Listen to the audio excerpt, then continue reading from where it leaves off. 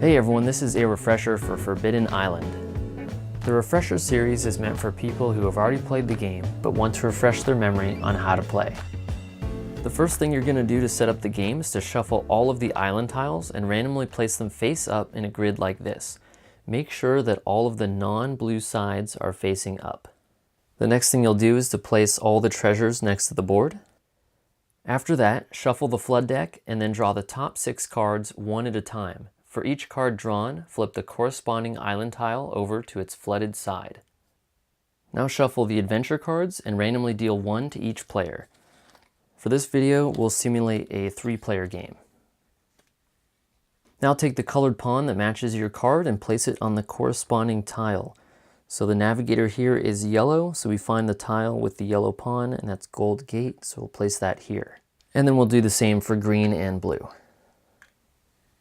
Now shuffle the treasure deck and deal 2 cards to each player. If anyone gets a Water's Rise card, give them a replacement card and shuffle the Water's Rise card back into the deck. Now the last thing we're going to do is to set the water level to the appropriate difficulty so you can decide how hard you want the game to be. We have Novice, Normal, Elite, and Legendary. One thing to remember is that you can look through both the treasure or flood discard piles at any point during the game. The player who last visited an island goes first, and then play continues to the left. On your turn, you'll do 3 things. You'll take up to 3 actions, you'll draw 2 treasure cards, and then you'll draw flood cards equal to the water level. When you're taking an action, you can choose to take 0, 1, or 2 actions if you like. You don't have to take 3 every time. There are 4 different actions that you can take, and these are on the back of the card. You can move, shore up, give a treasure card, or capture a treasure. Each time you move costs 1 action, so I could move this pawn here, 1, 2, 3. You can only move up, down, left, and right. You can't move diagonally. Another action you can take is to shore up, and this is when you spend an action to flip an adjacent flooded tile or a flooded tile that you're standing on to its unflooded side. So let's say that it's Blue's turn. He could use his 3 actions to flip these 3 tiles because they're all adjacent. You can't flip tiles that are diagonal to the tile that you're standing on unless you have that special ability. The other action you can take is to give a treasure card. So if 2 pawns are on the same tile, you can give cards to the other person.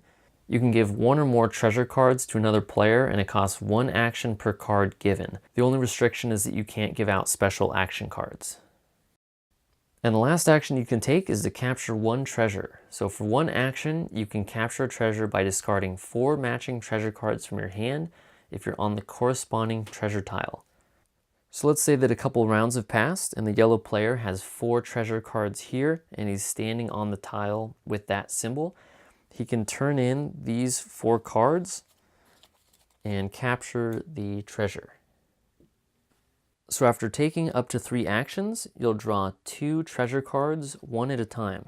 If you draw a Water's Rise card, you don't get a replacement card. And if you draw a Water's Rise card, but there are no cards in the flood discard pile, just move the water level marker up 1 tick mark. When the treasure deck runs out, just shuffle the discard pile to create a new deck.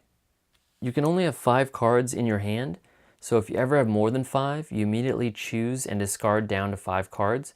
And if you choose to discard a special action card, then you can use its action before discarding it. So if I had to discard this helicopter lift, I could use this card, then discard it.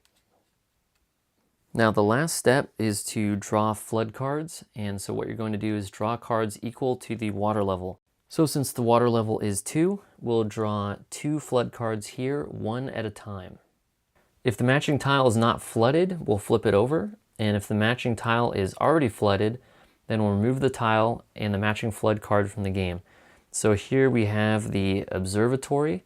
So we're going to find the observatory here. And here it is not flooded. So we'll flip that to the flooded side. Then we'll draw a second card. This is the Cave of Embers. And this is not flooded either, so we'll flip this one. It's also important to remember that the Sandbags special action card can't be used to save a flooded tile once you've already revealed the matching flood card. So when the Cave of Embers here was revealed, players couldn't use this card to make sure that this doesn't flip. You have to do it before the cards are flipped here. If a pawn is on a tile that becomes flooded, nothing happens.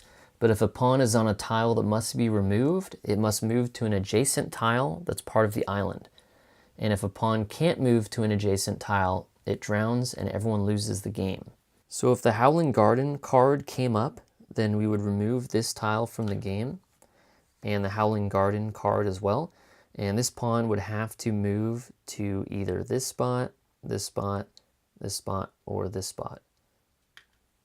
If the flood draw pile ever runs out, just shuffle the discard pile to form a new deck. The game ends when all players have collected all 4 treasures and make their way to Fool's Landing. Then one player must discard a helicopter lift card and you win the game. There are 4 ways to lose the game. You lose the game if 2 of the same treasure tiles sink before you collect their treasures. The second way you can lose is if the Fool's Landing tile sinks. The third way you can lose is if any player on the island sinks and there's no adjacent tile to swim to. And the fourth and last way you can lose is if the water level reaches the skull and crossbones. That's Forbidden Island. Thanks for watching, and make sure to subscribe for more Cosmic Tavern.